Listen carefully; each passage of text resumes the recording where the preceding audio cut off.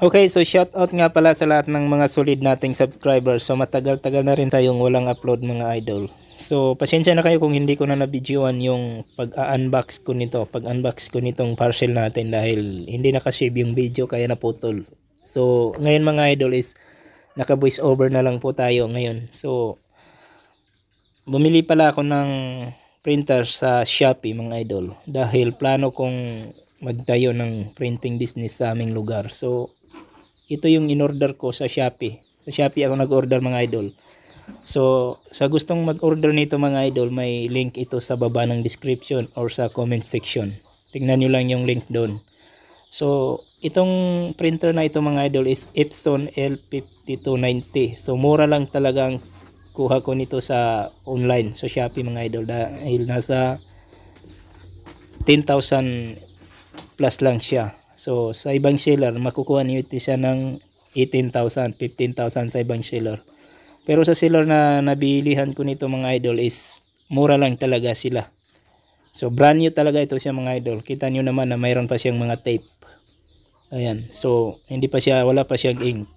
So ang printer na ito mga idol, pwede siyang maka-scan, maka-xerox ng A4 size, pati ang long, pati yung legal size na papel, pwede niyang ma-xerox.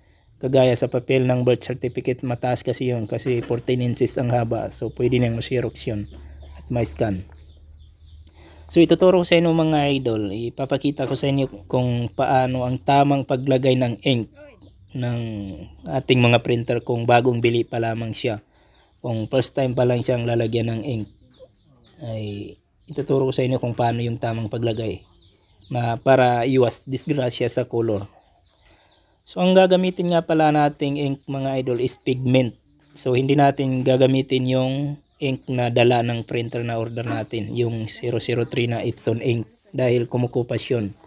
So bumili na lang ulit ako ng pigment ink dahil ito yung magandang ink dahil hindi siya kumukupas. So sa paglagay ng ink pala mga idol, kung ano lang yung ink tank na lalagyan nyo, dapat yun lang yung i-open nyo, yun lang yung bubuksan niyo. So gagamit tayo ng sirings na malaki mga idol. So itong sirings mga idol, nabili ko ito sa butika. Tag 7 pesos lang kasama na yung kanyang needle or karayom. So dito natin isasalin yung pigment ink kasi maliit lang masyado kasi yung butas ng ink tank ng printer kaya hindi natin may salin diretso. So kailangan natin i-transfer sa sirings yung ink para maitubil natin doon sa ink tank. So kailangan dumaan muna siya sa ink tank. Okay, so fast forward na tayo mga idol. Nasa yellow color na tayo dahil ang inuna natin is yung color black. So pagkatapos natin yung color black is nakita niyo naman sinarado natin o diretso para hindi pag na-disgrasya na mayabo yung ink natin, hindi siya makapasok sa ibang tank. So hindi magkakahalo yung color. Kasi pag na-disgrasya yan na nalagyan ng ibang color yung isang color dyan, masisira yung printer natin. So pagkatapos natin itong tubilan mga idol, is lilinisin muna natin yung gilid ng butas ng ink tank para malinis, wala yung mga nakalagay doon na color sa kanyang gilid.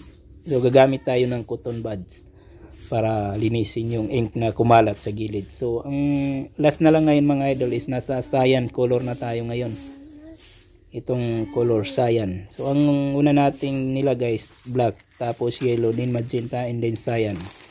Black. So ito na lang yung last na ilalagay natin mga idol, itong cyan na kanyang color.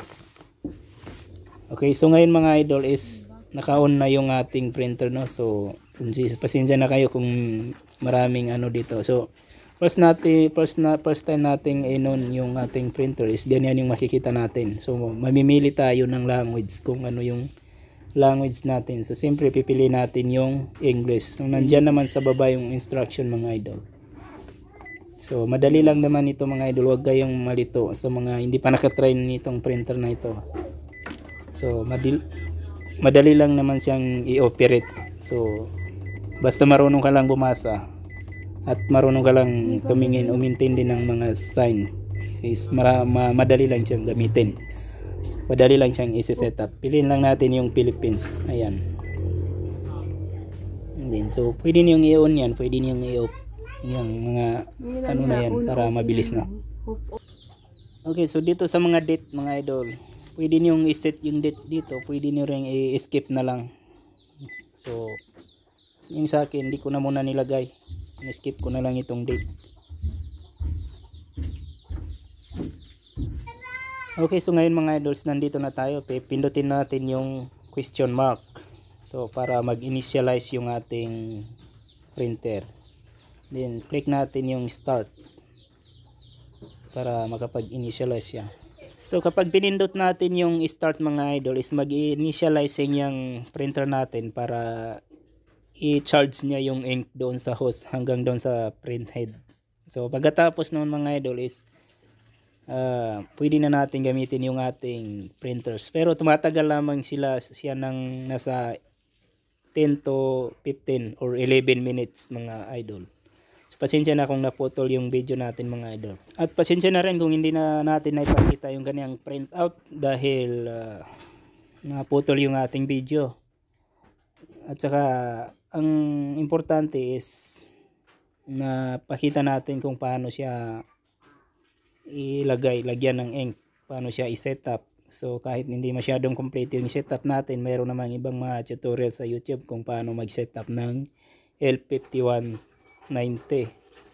So kahit ipakita naman natin yung printout niya, is hindi niyo naman masasabing maganda kasi hindi siya actual, nasa video lang. So mas maganda yung actual talaga. Pero ang totoo mga idol is maganda talaga yung kanyang printout. Sa totoo lang. So ang kinagandaan nito mga idol is mura talaga yung presyo ng printer na ito doon sa nabilihan kong seller.